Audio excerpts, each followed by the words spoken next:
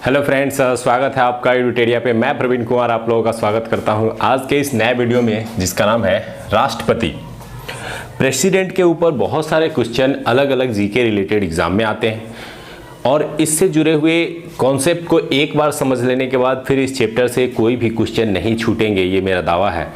और हम लोग इसको दो पार्ट में पढ़ेंगे, पहले एक में इसके बेसिक जानकारी को और दूसरे में इसके शक्तियों को। तो राष्ट्रपति की शक्तियों को अगले पार्ट में पढ़ेंगे। इससे पहले राष्ट्रपति से जुड़े हुए जो अन्य क्वेश्चन आते हैं, जो उनके अलग अलग अनुच्छेद से, उनके अलग अलग विधि से पूछे जाते हैं, उसको हम लोग इस चैप्टर के दौरान पढ़ने का प्रयास करेंगे। उम्मीद करेंगे कि आपको ये पूरा का पूरा कॉन्सेप्ट समझ में आएगा। अगर ये समझ में आता है तो निश्चित रूप से कमेंट में बताएं और मुझे बहुत अच्छा लगेगा कि यदि आप इससे सीख पा रहे थे। चलिए शुरू करते हैं दोस्तों। राष्ट्रपति आज का ये जो हमारा चैप्टर है, इससे पहले मैं कुछ बेसिक चीज़ें बता दूं कि मैंने जो पिछले वीडियोस डाले थे, जैसे एक मैंने डाला है जस्ट पीछे कि कार्यपालिका, न्यायपालिका और विधायिका, तो उसको पढ़े क्योंकि ये कार्यपालिका चैप्टर का पहला पार्ट है। कार्यपालिका को हम लोग 3-4 पॉइंट में देखेंगे और फिर विधायिका में आएंगे, फिर न्यायपालिका में, और इस तरह से ये तीनों पोर्शन को हम लोग खत्म करेंगे। उससे पहले मैंने कुछ आर्टिकल से जुड़े हुए महत्वपूर्ण आर्टिकल के वीडियो बनाए थे जो 2 पार्ट में थे, उसे भी आप जरूर देखें क्योंकि वहाँ आप देखेंगे तो ये आर्टिकल्स जो हम यहाँ पढ़ाने वाले हैं, इसको पढ़ने में भी आपको मदद मिलेगी। फिलहाल हम लोग शुरू करते हैं इस वीडियो को, जिसका नाम है राष्ट्रपति। सबसे पहले समझते हैं राष्ट्रपति क्या है। तो हमारे यहाँ 2 स्तर की व्यवस्था की गई है, संघ और राज्य, और दोनों ही स्तरों पर सरकार का गठन किया जाता है। दोनों ही स्तरों पर सरकार बनाई जाती है।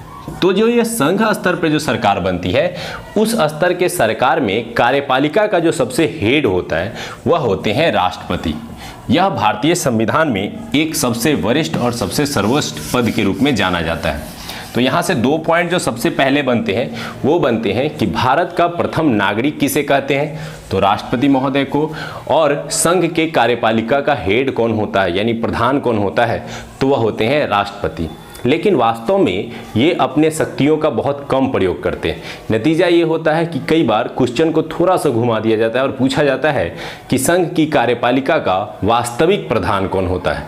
तो जब वास्तविक शब्द लगा दे तो वो हो जाते हैं प्राइम मिनिस्टर, और प्रधानमंत्री वास्तव में वास्तविक हेड के रूप में काम करते हैं। ऐसे संघ की कार्यपालिका का हेड राष्ट्रपति होते हैं। केवल वास्तविक शब्द के कारण ही आंसर आपके बदल जाएंगे। तो राष्ट्रपति से संबंधित प्रमुख अनुच्छेद और उनसे जुड़े हुए पॉइंट्स। सबसे पहले देखते हैं अनुच्छेद 52 इसमें राष्ट्रपति के पद अर्थात पोस्ट के संबंध में जानकारी दी गई है कि भारत के कार्यपालिका का एक हेड होगा जिसे हम लोग राष्ट्रपति के नाम से जानेंगे। और 53 में क्या कहा गया है, कार्य एवं शक्ति। तो राष्ट्रपति एक जो महत्वपूर्ण पद है, जो सबसे कार्यपालिका का हेड है, उसके पास बहुत से कार्य एवं शक्ति प्रदान किए गए हैं। इसको लेकर के मैं अगले वीडियोस में इनके जितने भी शक्तियां हैं उन्हें क्रमबद्ध रूप से पढ़ेंगे ताकि उनसे जुड़े हुए कोई भी क्वेश्चन ना छूटे। फिलहाल इन सभी पॉइंट्स को हम लोग डील करेंगे। अब आइए 54 याद करेंगे। पहले तो ये 3 अनुच्छेद आपको याद हो जाने चाहिए।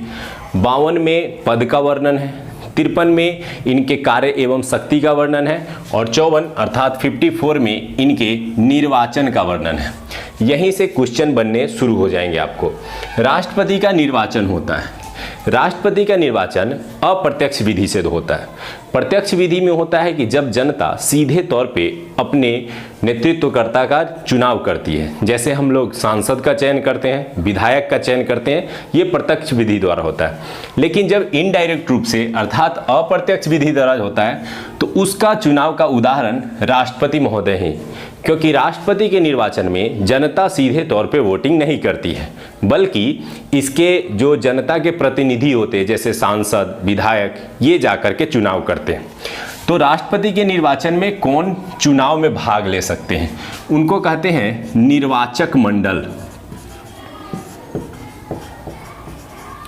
निर्वाचक मंडल, निर्वाचक मंडल से तात्पर्य है कि कौन राष्ट्रपति के चुनाव में वोट देने जाएंगे। तो इसको याद रखना बहुत ही आसान है। हम लोग इसे 4 पॉइंट पे याद रखेंगे।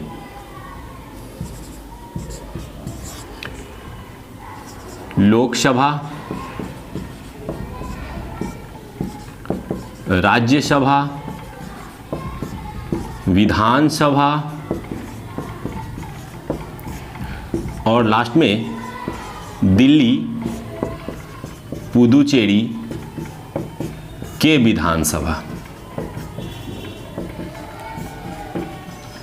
अब आप सोच रहे होंगे कि इन्होंने शॉर्टकट में क्यों लिखा। चलिए इसको गौर करते हैं। सबसे पहले केंद्र स्तर पे हम लोग दो देखते हैं कि लोकसभा और राज्यसभा जो होते हैं उनके सदस्यों को इसमें वोट देने का अवसर मिलता है, और फिर आते हैं जो राज्यों के विधानसभा होते हैं उनके सदस्यों को वोट देने का अवसर मिलता है। लेकिन दो केंद्र शासित प्रदेश भी ऐसे हैं जहां विधानसभा का गठन किया गया है, तो इनके भी सदस्यों को इसमें वोट देने का अवसर मिलता है।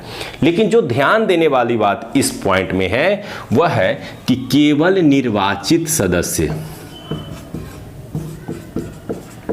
यहां आपसे यही क्वेश्चन में फंसाएंगे कि राष्ट्रपति के चुनाव में निम्नलिखित में से कौन भाग लेते हैं। तो लोकसभा के निर्वाचित सदस्य, राज्यसभा के निर्वाचित सदस्य, विधानसभा के निर्वाचित सदस्य और दिल्ली पुदुचेरी विधानसभा के निर्वाचित सदस्य। याद रखने वाली बात एक और ये है कि विधान परिषद जो सभी राज्यों में तो एक है भी नहीं, केवल 7 राज्यों में है, इसको इसमें वोट देने का अवसर नहीं मिलता है। तो ये याद रखना तो और भी आसान है कि कैसे इसको याद रख सकते हैं कि चूंकि यह सभी राज्यों में नहीं है, इसलिए अगर इसे अवसर दे दिया जाए तो कहीं ना कहीं कुछ राज्यों को बेनिफिट मिल जाएगा जो कभी भी पॉसिबल नहीं है, क्योंकि हमारे यहाँ जो राष्ट्रपति महोदय का चुनाव होता है उसमें सभी राज्यों को समान रूप से भागीदार बनाने का प्रयास किया जाता है। तो ऐसे में विधान परिषद को इसमें अवसर नहीं मिलता। ठीक है, तो ये हो गए निर्वाचक मंडल। उम्मीद करते हैं निर्वाचक मंडल याद हो गए होंगे। निर्वाचक मंडल अर्थात राष्ट्रपति के चुनाव में वोट देने वाले लोग, लोकसभा के निर्वाचित सदस्य, राज्यसभा के निर्वाचित सदस्य, विधानसभा के निर्वाचित सदस्य और दिल्ली पुदुचेरी विधानसभा के निर्वाचित सदस्य। चलिए अगले पॉइंट में हम लोग आते हैं। ये इंपॉर्टेंट पॉइंट है अनुच्छेद 55, निर्वाचन की रीति। राष्ट्रपति के निर्वाचन की जो पद्धति है वो अपने आप में ही एक अलग पद्धति है, इसको याद रखना भी बहुत ज़रूरी है। यहाँ से बहुत सारे क्वेश्चन आते हैं और बहुत स्टूडेंट यहाँ कंफ्यूज होते हैं। तो चलिए उस कंफ्यूजन को दूर करते हैं कि कैसे यहाँ से पूछे जाने वाले क्वेश्चन को हम आसानी से सॉल्व कर सकते हैं। तो निर्वाचन की रीति में 2 पॉइंट आपको याद रखना है। सबसे पहला ये रखना है कि समान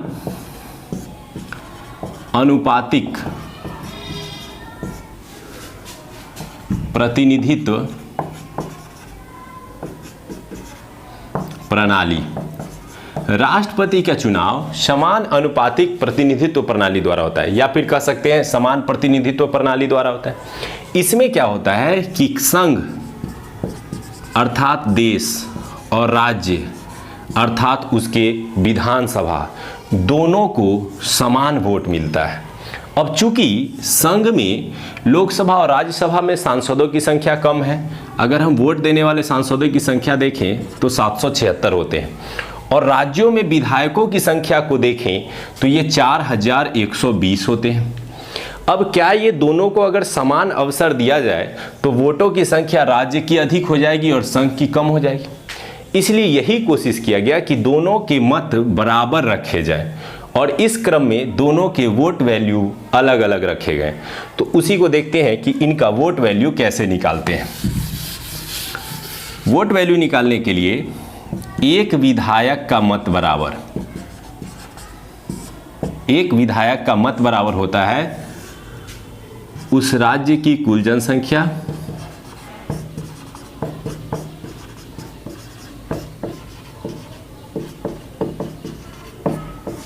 बटे उस राज्य के विधानसभा के कुल निर्वाचित सदस्य। याद रखेंगे दोस्तों, कुल निर्वाचित, इसमें निर्वाचित वर्ड लगाते रहेंगे क्योंकि हर जगह निर्वाचित है आएगा, निर्वाचित सदस्य। अब मान के चलते हैं कि यदि किसी राज्य की जनसंख्या इतनी है और वहाँ विधायकों की संख्या इतनी है, तो अगर हम कट कर देते हैं तो एक विधायक बराबर इतना वोट मिलता है। तो चूंकि ये संख्या बहुत बड़ी दिखाई दे रही है, इसलिए इन संख्याओं को थोड़ा छोटा रखा गया ताकि आंकड़े आसानी से एकत्रित किए जा सके, उसे काउंट किया जा सके। इसीलिए एक विधायक के मत में क्या किया जाता है कि उस राज्य की कुल जनसंख्या बटे राज्य के विधानसभा में कुल निर्वाचित सदस्य गुने 1/1000। इसे हम भागा ऐसे भी लिख सकते हैं, तो जैसे चाहे वैसे लिख सकते हैं। तो एक विधायक का मत बराबर होता है उस राज्य की कुल जनसंख्या बटे राज्य के विधानसभा के कुल निर्वाचित सदस्य गुने 1/1000। और इस तरह से हम एक विधायक का मत वैल्यू निकालते हैं, जो लगभग सभी राज्यों के एक विधायक का मत वैल्यू समान ही होता है। अब आते हैं हम लोग निकालते हैं एक सांसद का मत वैल्यू। एक सांसद यानी मेंबर ऑफ पार्लियामेंट, चाहे वो राज्यसभा का हो चाहे लोकसभा का हो, दोनों में क्या निकालते हैं, ये जो हम विधायकों का मत निकाले उसको लिखेंगे कुल विधायकों का मत मूल्य बटे निर्वाचित सांसदों की संख्या। इसमें याद रखिएगा, इसमें 1000 से गुना भाग नहीं करना है। तो इस तरह से ये मत मूल्य निकाले जाते हैं।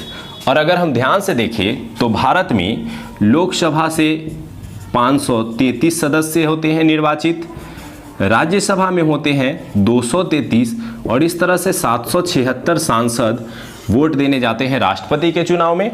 और विधानसभा जो पूरे देश में फैले हुए हैं उनमें देखें तो 4120। तो कोशिश यही किया गया कि विधायकों का मत मूल्य कम रखा जाए, अर्थात ये 4120 लोगों का मत मूल्य और इधर केंद्र का 776 का मत मूल्य लगभग बराबर होता है। ये दोनों मिलाते हैं तो लगभग एक समान मत मूल्य आते हैं, और इन दोनों को ऐड करते हैं तो 10 लाख से ऊपर का मत मूल्य आता है, जो कि राष्ट्रपति के निर्वाचन में भाग लेते हैं। तो ये हमने देखा राष्ट्रपति के निर्वाचन में एक पॉइंट कि इसमें समान अनुपातिक प्रतिनिधित्व प्रणाली होता है, यानी संघ का अनुपात और राज्य का अनुपात बराबर होता है। और इसमें एक वर्ड और यूज किया जाता है जिसे आप याद रखेंगे, एकल हस्तांतरणीय मत पद्धति, या फिर इसे एकल संक्रमणीय मत पद्धति कहते हैं। अब ये क्या है, एकल माने एक, हस्तांतरीय मतलब उसको देना, मत पद्धति। अब ये क्या होता है, एक व्यक्ति अपने पूरे विधानसभा क्षेत्र के बदले में वोट करता है। तो ये पद्धति राष्ट्रपति के चुनाव में यूज होता है। जैसे एक विधायक अपने पूरे राज्य के उस विधानसभा के, स्पेशली जिस राज्य के विधानसभा से वो जुड़ा हुआ है, जीता हुआ है, उसके बदले में वोट करता है। तो दो वर्ड आपको राष्ट्रपति चुनाव में बार बार आएंगे और यहाँ पे फंसाते हैं। तो आप याद रख सकते हैं कि समान अनुपातिक प्रतिनिधित्व प्रणाली और एकल हस्तांतरणीय मत पद्धति द्वारा राष्ट्रपति का चुनाव होता है। इसके अलावा राष्ट्रपति के चुनाव में दो वर्ड और यूज होते हैं, यानी अप्रत्यक्ष रूप से चुनाव होता है और गुप्त मतदान द्वारा चुनाव होता है। इसमें प्रत्याशी को गुप्त मतदान द्वारा चुनाव दिया जाता है। हालांकि सभी पार्टी ये पहले से ही तय रहता है कि किसे चुनाव में मत देना है, नहीं देना है, लेकिन जब सांसद या विधायक जाते हैं तो वो गुप्त रूप से देते हैं। उम्मीद करते हैं ये समझ में आ गया होगा कि एक विधायक का कितना मत होता है, एक सांसद का मत कैसे निकालते हैं। इसे स्क्रीनशॉट भी ले सकते हैं। फिलहाल हम लोग आगे बढ़ेंगे।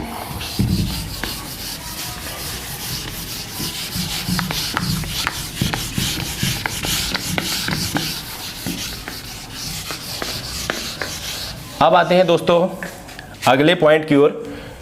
इसी रीति से जुड़ा हुआ एक दो पॉइंट और हम देख सकते हैं। जैसे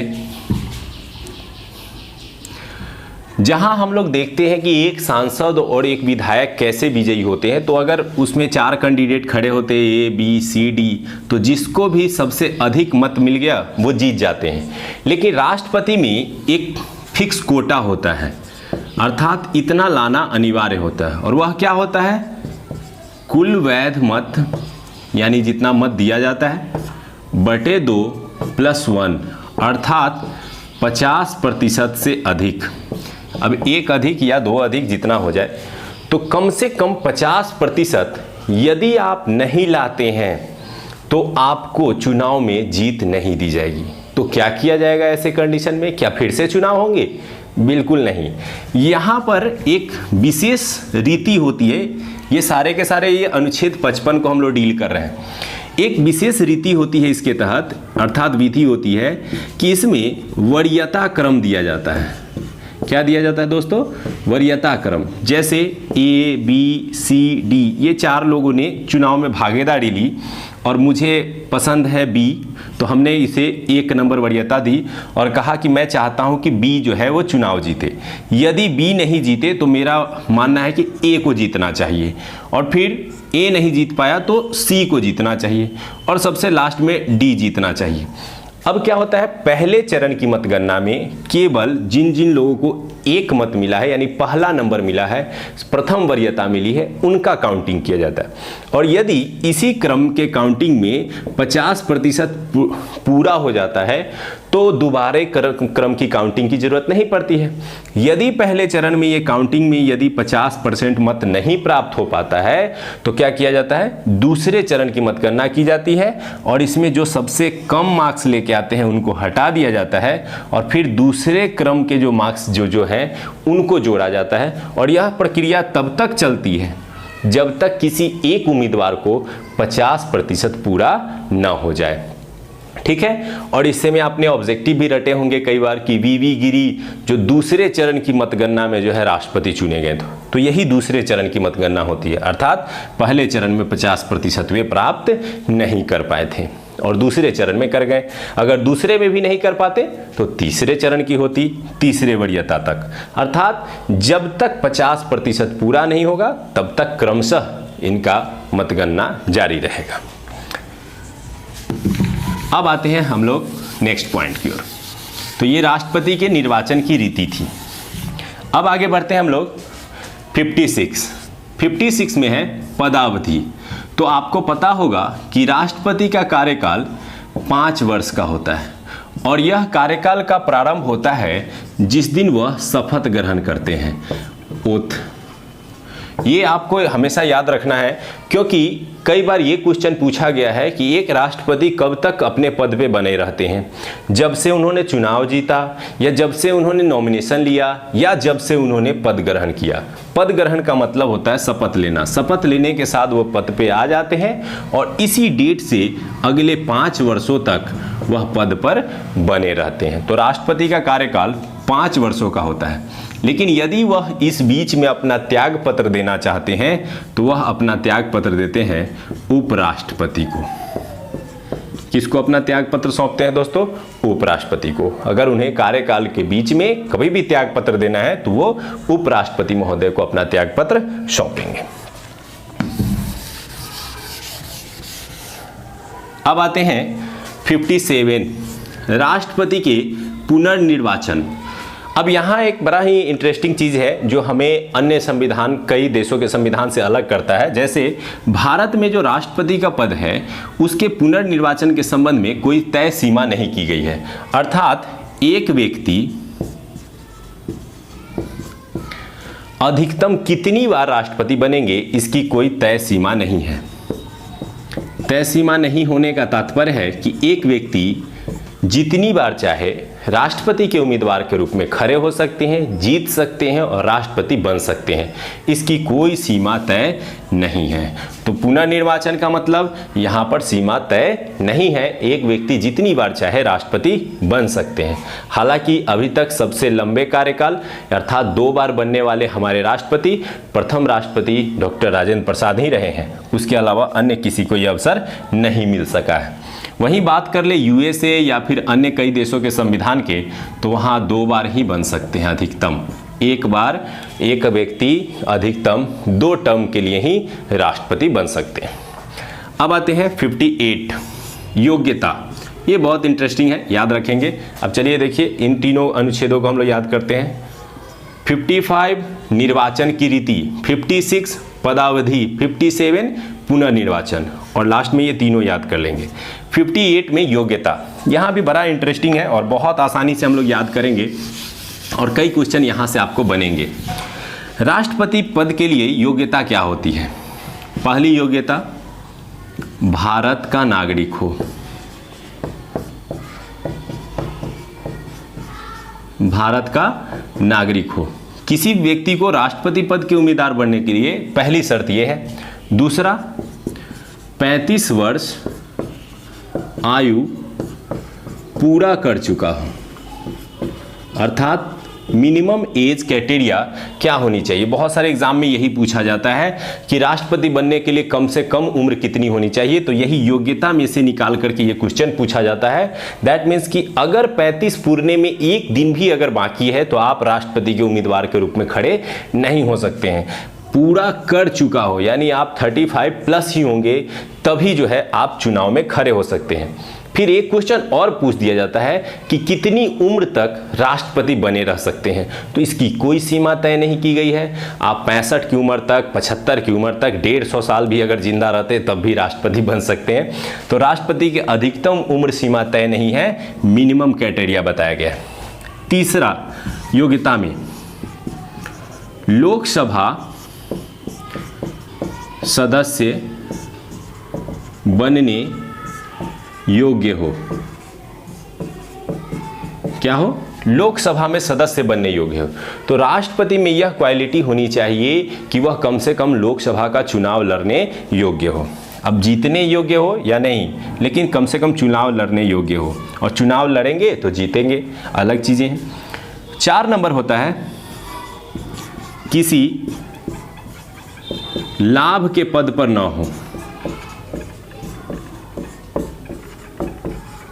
तो राष्ट्रपति का जो पद होता है वह लाभ का पद नहीं माना जाता है। उपराष्ट्रपति का पद लाभ का पद नहीं माना जाता है। किसी मंत्री का पद लाभ का पद नहीं माना जाता है। राज्यपाल का पद लाभ का पद नहीं माना जाता है। अर्थात अगर आप किसी गवर्नमेंट जॉब में हैं तो वह लाभ का पद है। उस पद पे रहते हुए आप किसी भी प्रकार से राष्ट्रपति का चुनाव नहीं लड़ सकते, यानी आपकी योग्यता कम होगी। और इतनी योग्यता अगर आपके अंदर आ जाती है तो आप राष्ट्रपति का चुनाव लड़ने योग्य हो जाते हैं।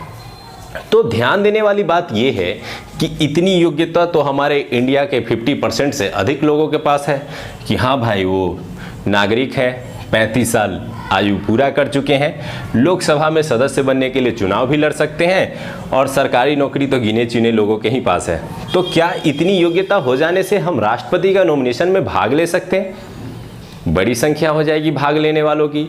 फिर पता चलेगा एक राष्ट्रपति के पद के लिए 50,000 लोग खड़े हुए हैं, तो सोचिए क्या हाल होगा चुनाव को। तो इसके लिए एक क्राइटेरिया और बनाया गया, उसको कहते हैं चुनाव के नॉमिनेशन के समय प्रस्तावक और अनुमोदक।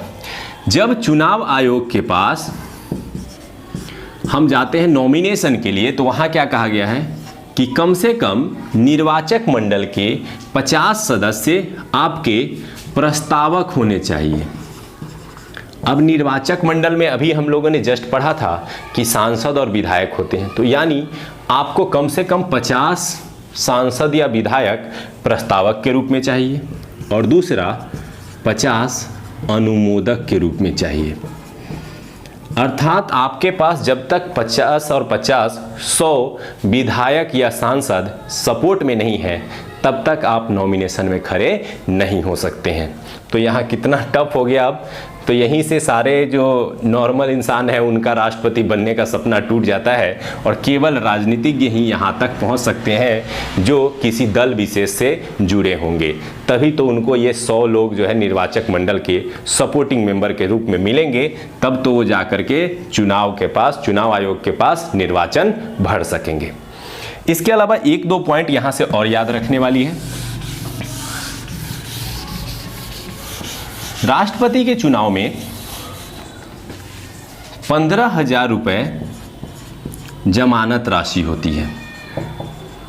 आप कोई भी चुनाव लड़ते हैं, इवन आप पंचायत स्तर से लेकर राष्ट्रपति स्तर तक, तो एक जमानत राशि आपको जमा करनी होती है। राष्ट्रपति के चुनाव में विशेषता यह है कि 15,000 रुपये जो जमानत राशि होती है, यह RBI के पास या सरकारी खजाने में जमा करानी होती है। किसके पास जमा करानी हो दोस्तों? RBI के पास या सरकारी खजाने। यदि आप जीत जाते हैं या अच्छा खासा बहुमत मिल जाता है तो फिर ये जमानत राशि आपको वापस कर दी जाती है। लेकिन यदि चुनाव में आप कुल वैध मतों का 1/6 मत प्राप्त करने में असफल हो जाते हैं, यानी 1/6 मत भी आपको नहीं मिलता है, तो आपकी जमानत राशि जब्त हो जाती है। और यह 1/6 सभी चुनाव में लागू होता है। यदि आप सांसद का चुनाव लड़ रहे हैं तब भी 1/6 जमानत, विधायक तब भी, पंचायत का चुनाव तब भी, सभी चुनाव में 1/6 के ही आधार पे जमानत राशि जब्त होती है। तो इतना अगर आप नहीं गेन कर पाते हैं तो आपकी जमानत राशि जब्त कर ली जाती है। तो ये कुछ पॉइंट्स हमने देखा योग्यता से जुड़े हुए।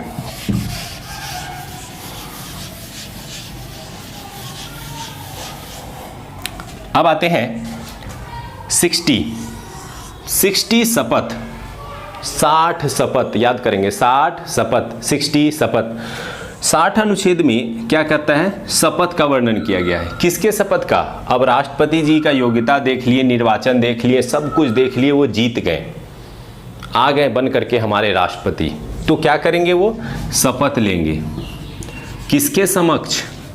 तो हमारे जो मुख्य न्यायाधीश हैं, चीफ जस्टिस ऑफ इंडिया, मुख्य न्यायाधीश जो हमारे सुप्रीम कोर्ट के मुख्य न्यायाधीश होते हैं, वही राष्ट्रपति महोदय को शपथ दिलाते हैं। यदि मुख्य न्यायाधीश अवेलेबल नहीं है तो उनके बदले में वरिष्ठ न्यायाधीश, जो सुप्रीम कोर्ट का वरिष्ठ न्यायाधीश होंगे, उन्हें ही मौका दिया जाएगा राष्ट्रपति को शपथ दिलाने का। तो यहाँ से आपको एक ऑब्जेक्टिव आप आसानी से याद रख सकते हैं कि अनुच्छेद 60 में शपथ का वर्णन है, शपथ मुख्य न्यायाधीश द्वारा दिलाया जाता है। यदि मुख्य न्यायाधीश उपस्थित नहीं है तो जो सुप्रीम कोर्ट का वरिष्ठ न्यायाधीश होगा वही राष्ट्रपति महोदय को शपथ दिलाएंगे। अब आते हैं नेक्स्ट पॉइंट की ओर। आ जाइए 61 है महाभियोग। अब क्या है, हमने सारी चीज़ें पढ़ी, एक राष्ट्रपति बनाना है, राष्ट्रपति बनना है, निर्वाचन होगा, सब कुछ हो गया और राष्ट्रपति महोदय चुन लिए गए। अब राष्ट्रपति महोदय संविधान का उल्लंघन करते हैं।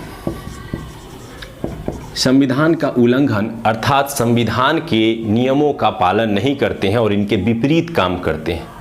तो एकमात्र कंडीशन है राष्ट्रपति जी को हटाने का कि यदि वो संविधान के अनुरूप काम न करके उसके विपरीत काम करते हैं तो उनके खिलाफ संसद में महाभियोग लाया जाता है। क्या लाया जाता है दोस्तों? महाभियोग लाया जाता है। और ये कितने अनुच्छेद के तहत? 61। ये बहुत सारे एग्जाम में पूछा गया है। कितने अनुच्छेद के तहत? 61 अनुच्छेद के तहत उनके खिलाफ जो है महाभियोग लाया जा सकता है। अब यह संसद के किस सदन में लाया जाएगा? तो दोनों सदन में लाया जा सकता है, राज्यसभा में भी लाया जा सकता है और लोकसभा में भी लाया जा सकता है, किसी में भी पहले लाया जा सकता है। लेकिन इसके लिए एक शर्त है कि महाभियोग लाने से 14 दिन पूर्व राष्ट्रपति महोदय को एक लिखित सूचना भेज दी जाती है कि आपके विरुद्ध महाभियोग लाया जा रहा है। और यदि उस बीच में राष्ट्रपति महोदय त्याग पत्र दे देते हैं तो फिर यह लाने की आवश्यकता नहीं पड़ती। अगर नहीं देते हैं तो फिर यदि मान लिए कि राज्यसभा में लाया गया है तो राज्यसभा इस बिल को पास करके लोकसभा के पास भेजते हैं और फिर लोकसभा इस बिल को पास कर देते हैं और फाइनली राष्ट्रपति महोदय पर महाभियोग लग जाता है और उन्हें उनके पद से हटा दिया जाता है। तो ये एक क्राइटेरिया है जिसके द्वारा किसी राष्ट्रपति को उनके पद से मुक्त किया जा सकता है। लेकिन इसमें अभी तक अच्छी बात ये रही है भारतीय लोकतंत्र में कि किसी भी राष्ट्रपति को इस प्रोसेस द्वारा अभी तक हटाया नहीं गया है, क्योंकि राष्ट्रपति महोदय मैक्सिममली वो संविधान के अनुरूप ही काम करते हैं, क्योंकि पद की अपनी गरिमा होती है और वो उसको फॉलो करते हैं। अब इन सभी चीज़ों को हमने देखा कि राष्ट्रपति का पद कैसे बना, कैसे कैसे उनकी निर्वाचन विधि है, कैसे उनका निर्वाचन योग्यता और उनके मेन इंपॉर्टेंट जो अनुच्छेद है उनको हमने देखा। यहाँ एक पॉइंट और हम लोग याद कर सकते हैं कि यदि राष्ट्रपति के निर्वाचन संबंधी कोई भी विवाद होता है तो उसे सुप्रीम कोर्ट यानी सर्वोच्च न्यायालय में ही सुलझाया जाएगा। कभी भी इसका मुकदमा हाई कोर्ट, डिस्ट्रिक्ट कोर्ट में नहीं चलाया जाएगा। कहाँ चलाया जाएगा? सुप्रीम कोर्ट में। और यहाँ से भी ऑब्जेक्टिव आपके बनते हैं। और फाइनली एक क्वेश्चन और कि यदि राष्ट्रपति महोदय अचानक हट जाते हैं या उनकी मृत्यु हो जाती है या वो त्याग पत्र दे देते हैं तो उनके बदले में उपराष्ट्रपति महोदय राष्ट्रपति के रूप में काम करना शुरू करते हैं। और यदि उपराष्ट्रपति राष्ट्रपति महोदय के रूप में काम करते हैं तो अधिकतम 6 माह तक ही कार्य कर सकते हैं, क्योंकि 6 माह के अंदर ही राष्ट्रपति का पुनः निर्वाचन करना अनिवार्य होता है। और जिस प्रकार से सांसद विधायक का चुनाव निर्वाचन आयोग द्वारा किया जाता है, उसी तरह से ये राष्ट्रपति के चुनाव का भी प्रोसेस पूरे के पूरी तरह से निर्वाचन आयोग की ही जिम्मेदारी होती है। और 6 माह के अंदर निर्वाचन आयोग द्वारा पुनः चुनाव करा करके नए राष्ट्रपति का चयन कर लिया जाता है। तो उम्मीद करते हैं कि दोस्तों आज जिस वीडियो को हमने देखा और इसमें जितने भी पॉइंट्स थे उनको हमने डील किया। नेक्स्ट वीडियो में हम लोग राष्ट्रपति की शक्ति जैसे कार्यपालिका शक्ति, विधायी शक्ति, सैन्य शक्ति, न्यायिक शक्ति, इन सभी को पढ़ेंगे। और इस तरह से पूरे चैप्टर को पढ़ने के बाद एक भी ऐसे ऑब्जेक्टिव्स नहीं बचेंगे जो हमारी नज़रों से बच जाए। तो हम लोग ऑब्जेक्टिव्स बनाएंगे और फिर आगे आएंगे। उम्मीद करते हैं कि ये आपको सीरीज़ पसंद आ रहा होगा। एडुटेरिया से जुड़े रहने के लिए धन्यवाद। उम्मीद करते हैं आपको ये पसंद आया तो लाइक करें, सब्सक्राइब करें, दोस्तों को शेयर करें और एडुटेरिया के साथ जुड़े रहें। जय हिंद।